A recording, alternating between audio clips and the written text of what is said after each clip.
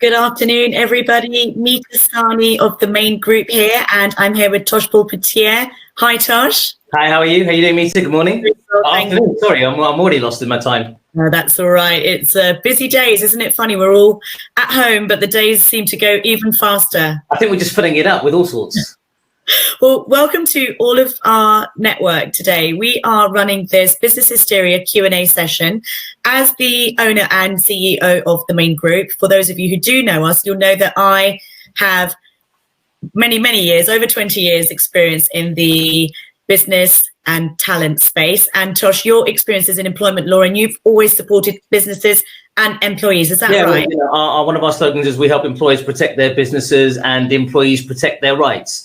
So there's the flip side of the coin, depending on who needs what, but it is always the employment HR sort of field or world that kind of I operate in. Thank you. Well, we know what a minefield it is out there, and most importantly, we hope you are all staying safe and that your loved ones are safe and well. But we really wanted to create an opportunity for us to share with you, as our candidate and employee network, everything we've learned and gleaned over the last month or 6 weeks. So we've created a Q&A format. Our promise to you is that in the next 30 minutes or so, we are going to answer every question that you might have. So please feel free to use the chat process that's on your screens and fire away.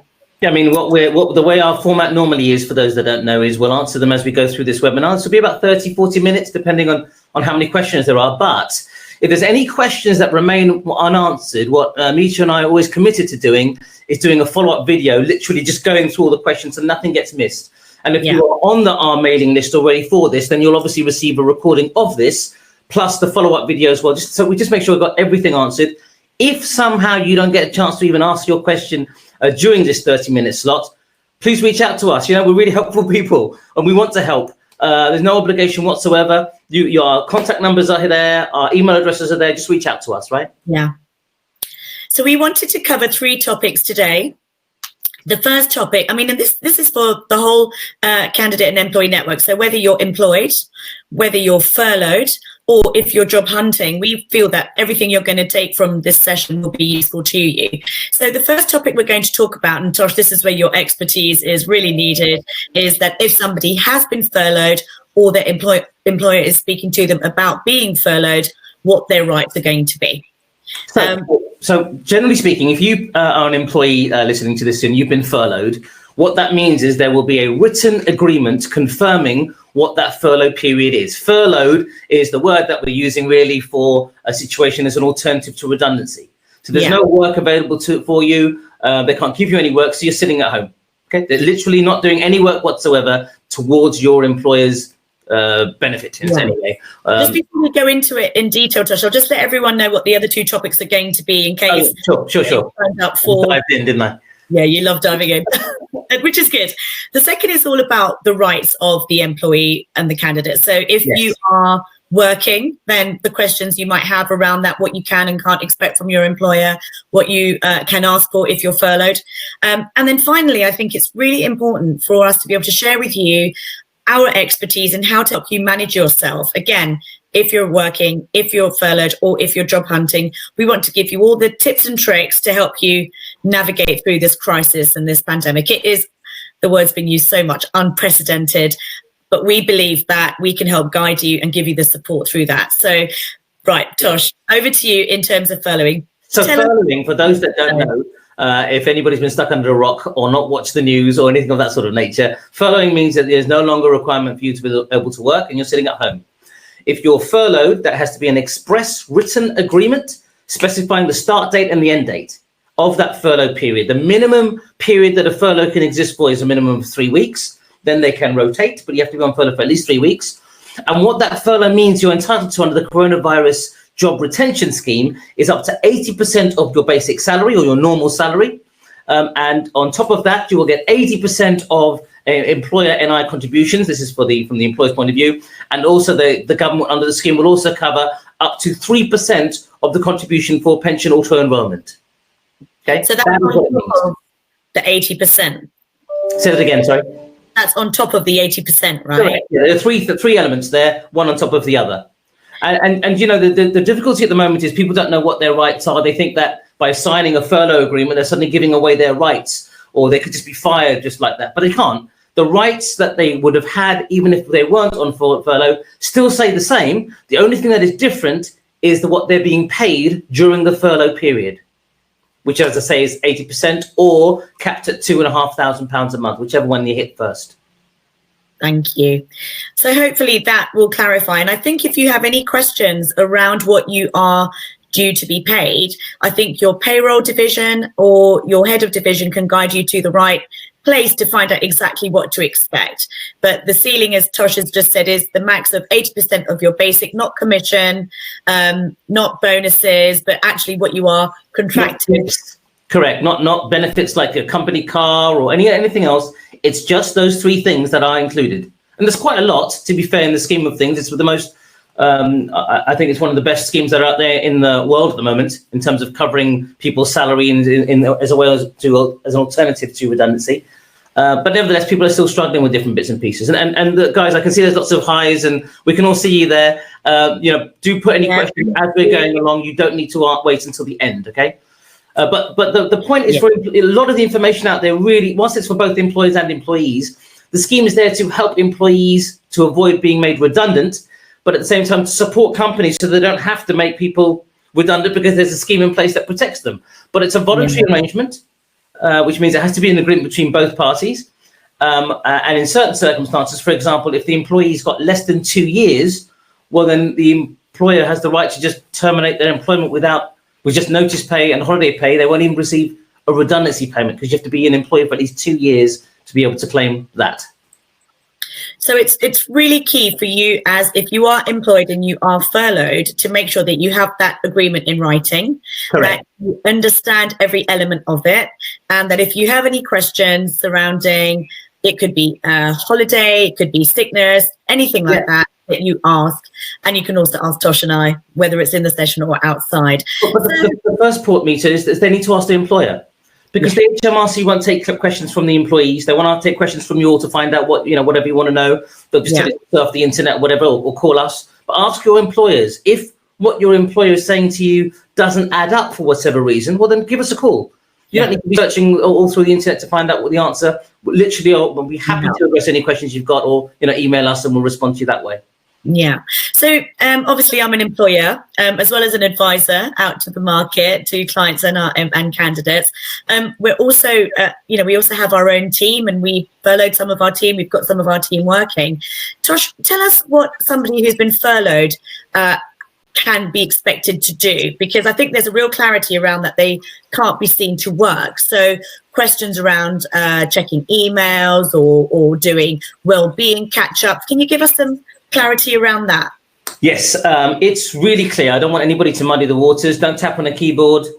Don't pick up the phone. Anything that is work related. That doesn't mean you can't be in touch with your employer. It doesn't mean you can't be in touch with your work colleagues. But if it's relating to carrying out work, well, then that doesn't work, because then that's the complete opposite of furlough. Directors, on the other hand, will have a different set of rules. They are still allowed to carry out their statutory duties as a director. I'm going to presume that means things like, the AGMs, which are exactly administration jobs and all those sorts of things. But if you're PA or somebody, or you have a payroll employee that is normally doing it, and they're now reduced hours to doing that, that isn't furlough. That's going to be reduced hours. So it's literally don't do anything.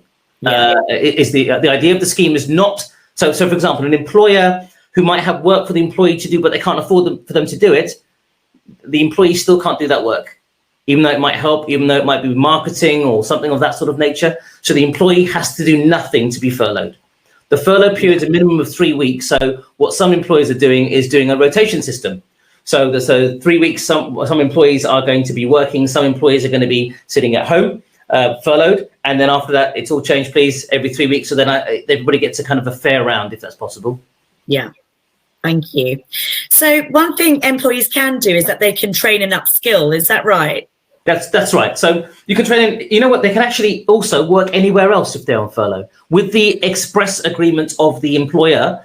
So strictly speaking, you could get 80% from your current employer and then 100% from your new job, which means you could be earning 180% of what you were earning before, is an option. But in terms of training, yes, but they're entitled to be paid minimum wage for that at least. Yeah.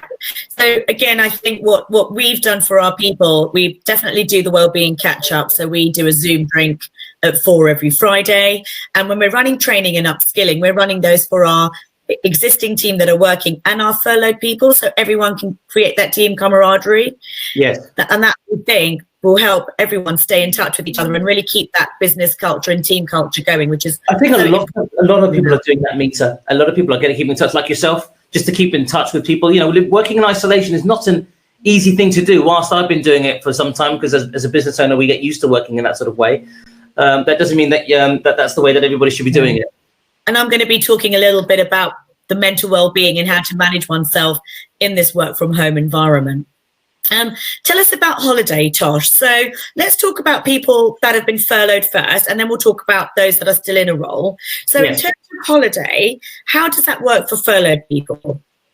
So you can take furlough and holiday at the same time. You can't take sick leave and furlough at the same time. It's one or the other. So if you're on sick leave, you'll get a sick note, and then you'll be receiving the usual way. And the way you get a sick note is you contact the NHS 111 online service.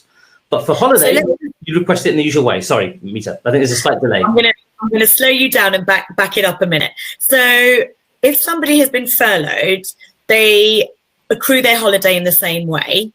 Correct.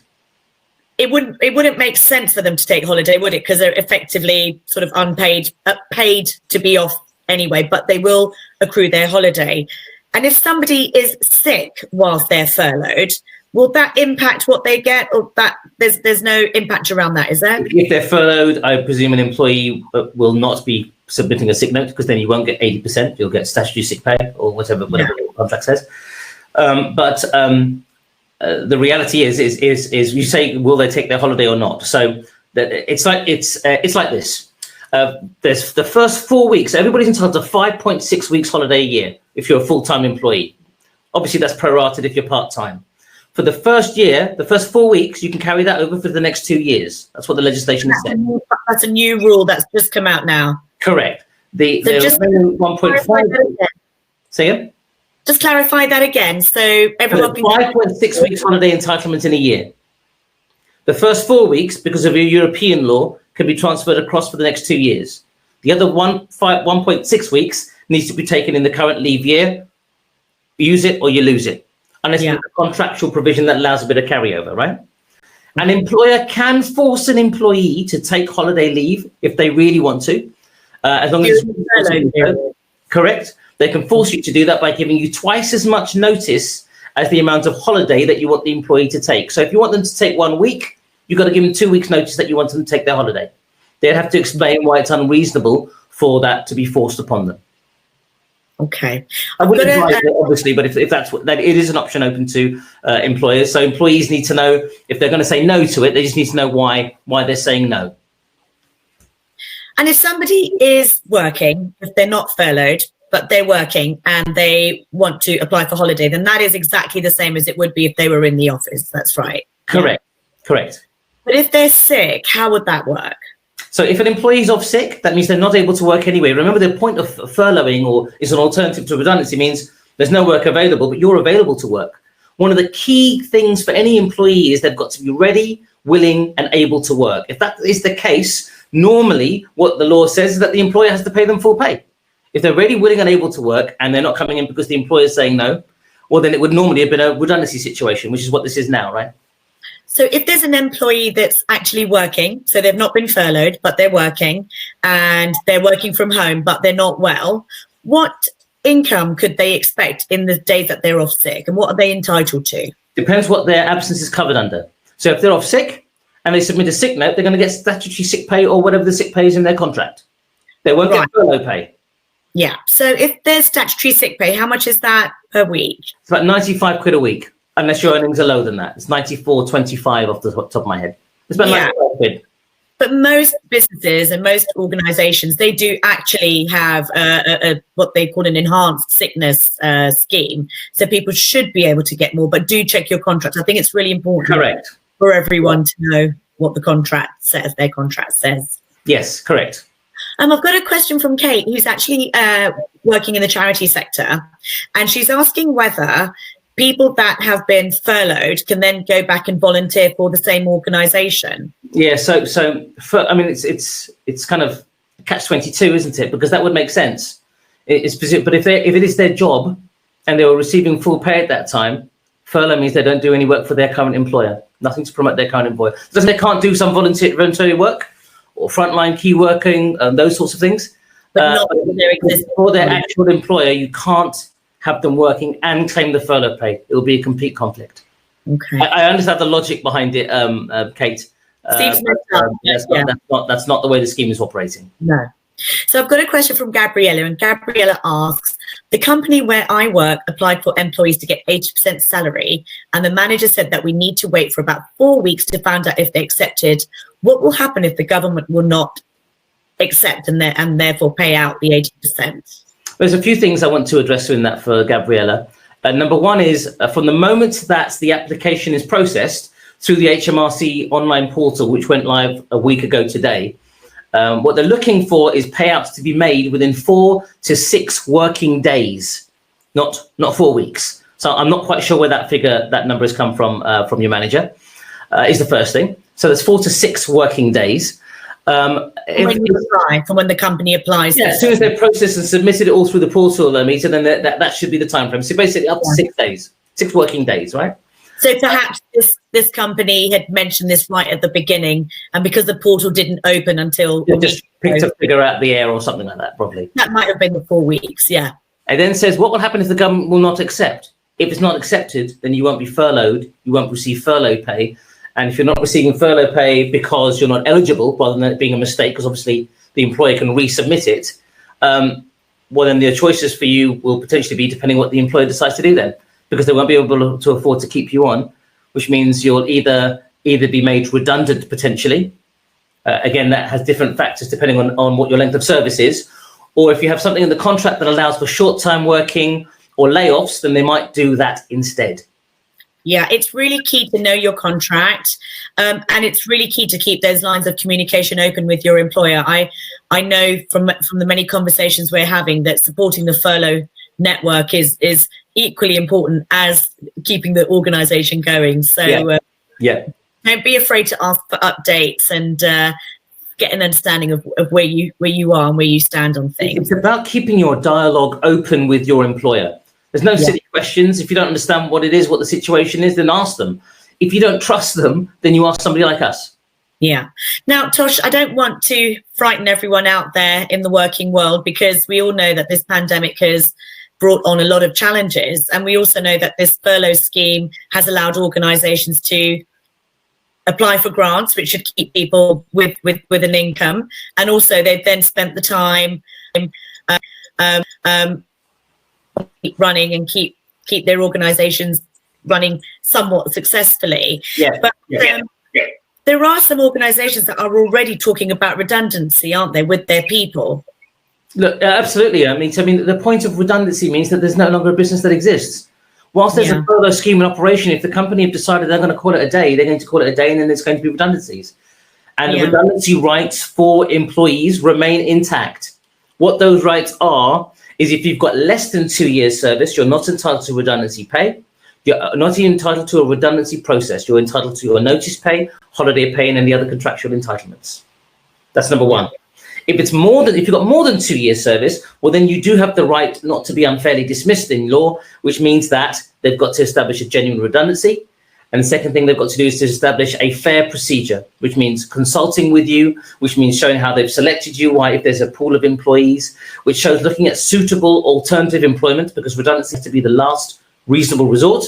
And also that will mean considering furloughing as an alternative redundancy, if that's an option. So they shouldn't be going straight into redundancy if that's the situation. They should be looking at all of those things, but they're only obligated to do that if you've been there for more than 2 years. Thank you, Tosh. Again, I think it's hit us out of the blue, and I know people are having to have difficult conversations, and it's really key for candidates and employees to know that when they are working out there in the world, they do have their rights, and as difficult as it is, there is still best practice that employers will be expected to follow. Absolutely. So, Tosh, I've got a question from Nicola. Nicola is in a temp contract, And this is quite interesting because obviously as a consultancy in recruitment, we provide both permanent and temporary roles out for clients and candidates.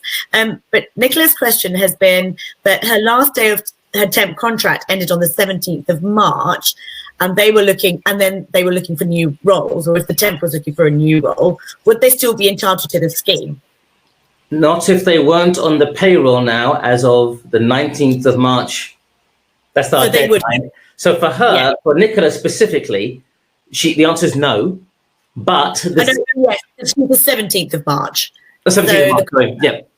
So yes, so for her, if her employment came to an end before that 19th March cutoff date, what the employer could do is bring her back in, put her back on the payroll, and then furlough her. But again, unfortunately, it's a choice only. There's no obligation for them to do that, Nicola, I'm afraid. Yeah, there are some agencies that are taking that on themselves. I know we've done that for any temps that fulfilled that criteria. It is a conversation to have, but it's still quite ambiguous, isn't it, the law around temps and so on? Well, not in this context though, Meeta, because either you're an employee during that period or not. And one of the key things is that they have to be an employee as of the 19th of March. Not just an employee, they've got to be on the payroll, they've got to have an EPAYE reference number. So there's lots of different criteria, but it's very clear. So for Nicola, because she's not on the books, she'd have to, if she wants to be furloughed, she has to ask her employer whether they'll take her back. Okay. There's nothing for the employer to lose, I suppose, apart from if they continue their employment, they'll resume their employment rights and other things. And who knows what the circumstances of Nicola was leaving in the first place. But hopefully that helps, Nicola. And if you need more elaboration on that, I know I'm going to sound like a stuck record, I want you to call us. We are genuinely here to help. So, if you want to go any further. Thank you, Tosh. So we have a question from Sarah, and you and I have been answering a lot of questions around maternity leave, being furloughed on maternity leave. So Sarah's question says, do you have a view on the management of flexible benefits for an employee on maternity leave? If you mean, do I have a view on those benefits during furlough, which I'm presuming it was what the question is what the law says is if you are on statutory, it still covers, the furlough only covers the three things we talked about. 80% of normal wages, 80% of the pension auto-enrollment pension contribution, which is up to 3%, I'm sorry. And the third thing is obviously the employer national insurance contributions. So I want you to focus on that rather than thinking, well, what else can I include? That's all it includes. So if you receive contractual maternity pay, strictly speaking, furlough should be able to get 80% of anything over the statutory maternity pay level. Does that make sense? So flexible benefits, all those things are not included. Yeah. And that is really black and white, isn't it? I mean, we've been asked that question. It is. Okay, thank you, Tosh. So what I wanted to go on to is to talk to everyone today about how, if you are working, how you can stay impressive and effective for your team and your organization. If you're furloughed, what you can be doing to upskill. And if you are looking for a role and a candidate out on the market, what steps you should take and could take to help you along this time. Because we know that the market out there in terms of jobs on has contracted something like 60%. And in certain sectors, even more, 90%. But what we are finding is that the tech sector still seem quite busy. Roles around facilities, roles around HR still seem to be out there. So, if you are looking for an opportunity, if you're not working, take this time to improve on yourself, but also there are still roles out there. So there will be things that you can do to help yourself. Actually, a lot of people may not know that you help people with those. You help candidates specifically with that kind of skill set, whatever that improvement means, whether it's training, CV writing, whatever the new job interview looks like nowadays. Probably it's a Zoom call or a phone call. You do all of that, don't you? Yeah, we do. So part of what we try to do is to help our candidates, whether employed or looking for a role, be the best version of themselves. I think first and foremost, we have to talk about mental well-being in this. The challenge for our company, we've already been locked down for 6 weeks. We left our offices 6 weeks ago tomorrow. We all know that there's going to be at least 2 or 3 more weeks of this, and then it's not just going to flick a switch and everything's back to normal. No. So resilience resilience and mental well-being are really top of the list, whatever your current status is. What I would say is it's really important to have, if you are working, to have 2 touch points with your team leader and your team every day. So try and do that on video, so you've got some of that FaceTime. I would also say make sure, whether you're furloughed or not, to try to encourage team drinks. As I mentioned, team drinks on a Friday, everyone together within your team, furloughed or not, really keeps that the positive mindset going and carries everyone through, this difficult time. I want to add to that. I mean, it's quite difficult for some, maybe not for always. I was saying, I touched on it earlier. Working in isolation can be quite difficult. And what I imagine a lot of employees are now experiencing is micromanagement by their bosses or managers. What are you doing? What are you doing at home? What have you done today? Because they're used to people working in an environment. So maybe we change the way we operate a little bit and focus more on what are agreed outcomes or objectives. So maybe we don't care how you get there, as long as you know what our time frame is or what needs to be delivered, and just let them just give them the freedom to do that without feeling like they're breathing over your neck every 5 minutes or time recording every little minute of every single day, because it's just not going to work like that at home. Yeah. So you're absolutely right. And I think communication between a manager and an employee and a team member is really key, because redefining what success actually is really key in this time. We talk about it in our organizations ourselves. What success looked like a couple of months ago isn't what success is going to look like now. So get clarity on that. 73% of organizations are redefining success and really celebrating small wins. 69% are reviewing and realigning what targets are and setting small daily objectives. And 53% of organizations are giving their team more time to plan and to organize. So don't be afraid to put that forward to your team or your manager, if you're a manager, to put that forward to your team. It's really key that everyone is working from the same point, and that the internal communication and clarity that comes from that is paramount, because that's what's going to help everyone feel that they are adding value, that they are valued, and that they can then push forward and remain intact, both mentally and successfully in this time. I want to add to that, Meeta, which is also, we mentioned this sort of briefly before we started this webinar today, which is it's the people that adapt to the circumstances that are going to thrive or succeed in this environment. That means whether you're an employee, whether you're a business owner, entrepreneur, whatever it is, it's rethinking the way that we're now offering our services or how products or how you help people. Obviously people like, companies like Amazon are going through the roof, courier companies, funeral directors, any retail outlets which are selling food, they're obviously adapting massively to the sudden influx of demand. So don't think you've got to do it exactly the same way you were operating before. There can be a better way, or you can figure out a different way, but it really, really requires you just to be open with your boss or your manager, so you're clear on what it is that you think you can do things in a slightly better way. It doesn't need to be our standard clocking in, clocking out. Yeah, thank you. So one of the last things I wanted to cover was about how to present the best version of yourself at this time. So again, whether you're employed, furloughed, or looking for a role, upskilling yourself at this time is really important, and it's the perfect time to do it. So there are online courses. You can have a look at the Knowledge Hub on our website, which gives you lots of tips and tricks on how to improve your CV, how to, if you are looking for a role or you're not happy in the role you're in. I know it's a difficult time, but working on yourself is an ongoing process. So don't forget to do that in this time. We've already talked about the mental well-being, the touch points.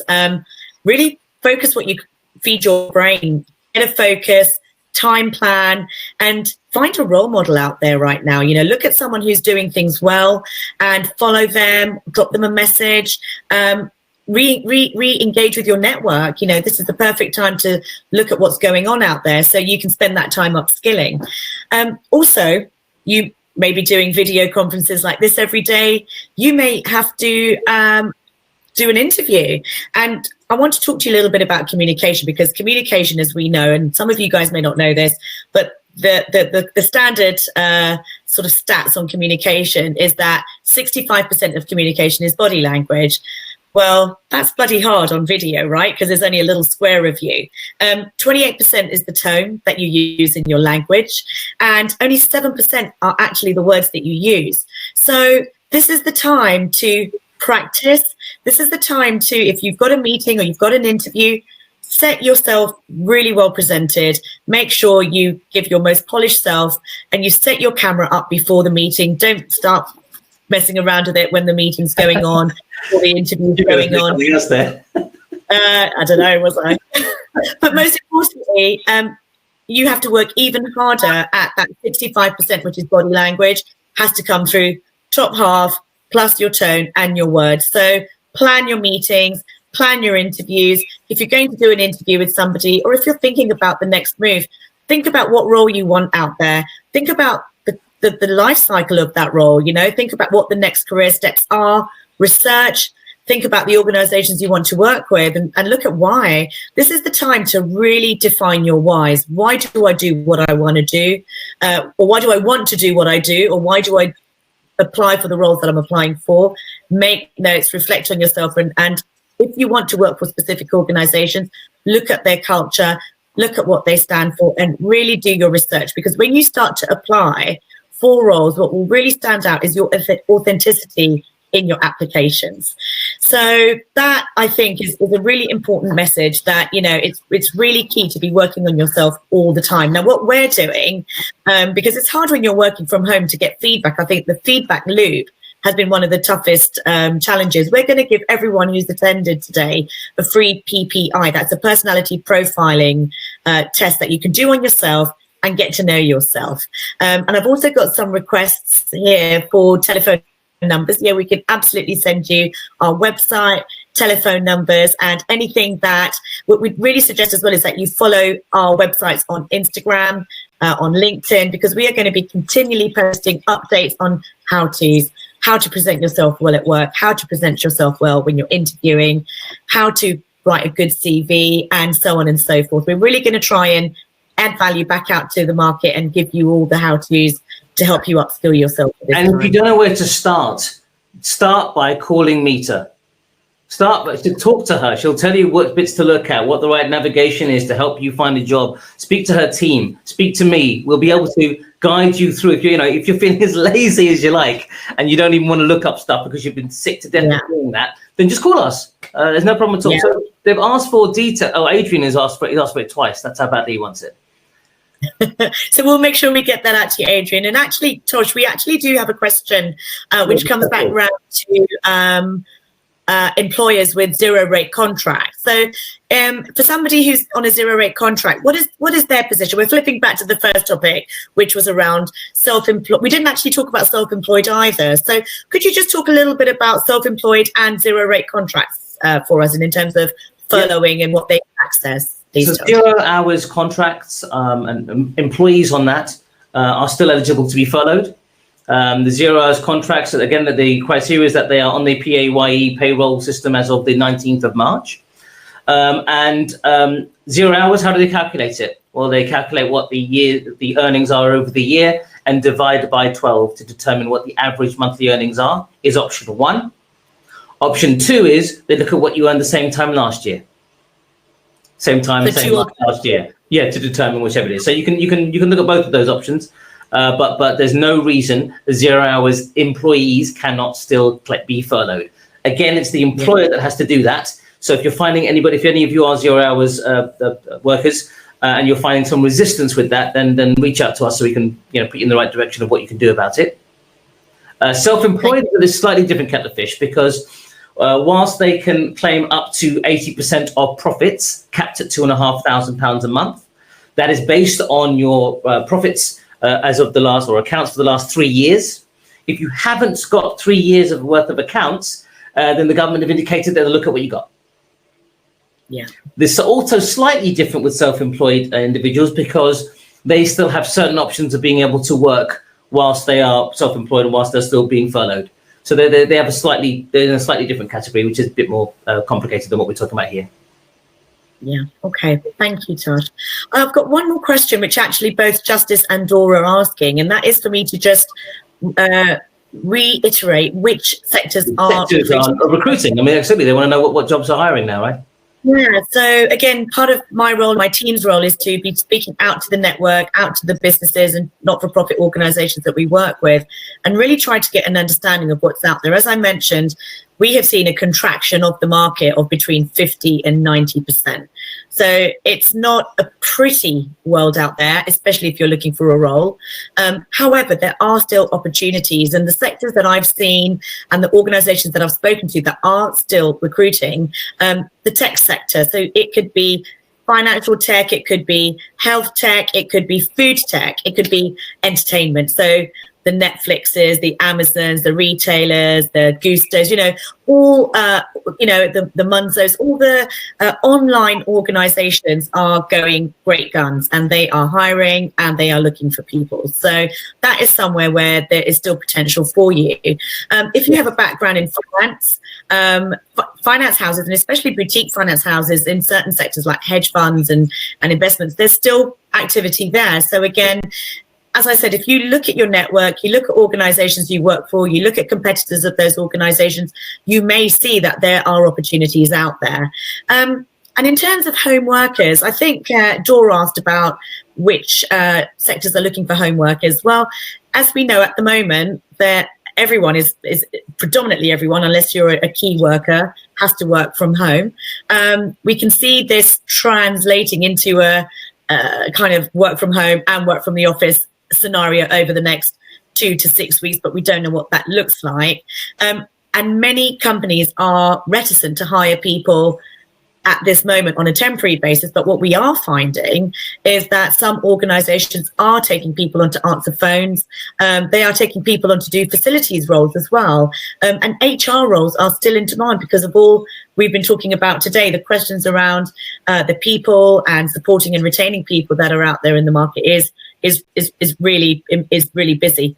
So those are the sectors that I've seen so far. But as I said, follow us on Instagram. We will be posting updates and upskilling you from there, and we're going to send you a feedback form at the end of this session as well. We've planned to do it as a one-off, but if there's a demand or if you have questions or topics that you'd like us to cover, we would love to come back and do more for you. We support you. So we just want to thank everyone for their time today. Tosh, is there anything else you feel that we need to cover off in terms of an employee's perspective? I don't think so. I mean, we could talk for a long time about specific situations. So if people have, as I say, any questions, reach out to us. I just wanted to double check, Meeta, that we've covered all the questions that everybody's got. Yeah, and, the only thing I can see at the moment is, can you email me or text me your website? I presume it is speaking to you. So yeah. I'll leave you to do that separately. Although it should be at the link of this recording afterwards, right? Or it should be on all the information we're sending out to you, Adrian, anyway. Yeah, absolutely. So once this is over, we will send everyone a recording. So please feel free to revisit that or share it with your network if you feel they'll benefit. And we'll send you all links to give you access to the PPI and myself and Tosh and my team to help you along your way. So thank you for your feedback. We're glad it's been helpful, and most importantly, stay safe. Thank you, everyone. Thank you. Bye-bye. Thanks for everything. Bye.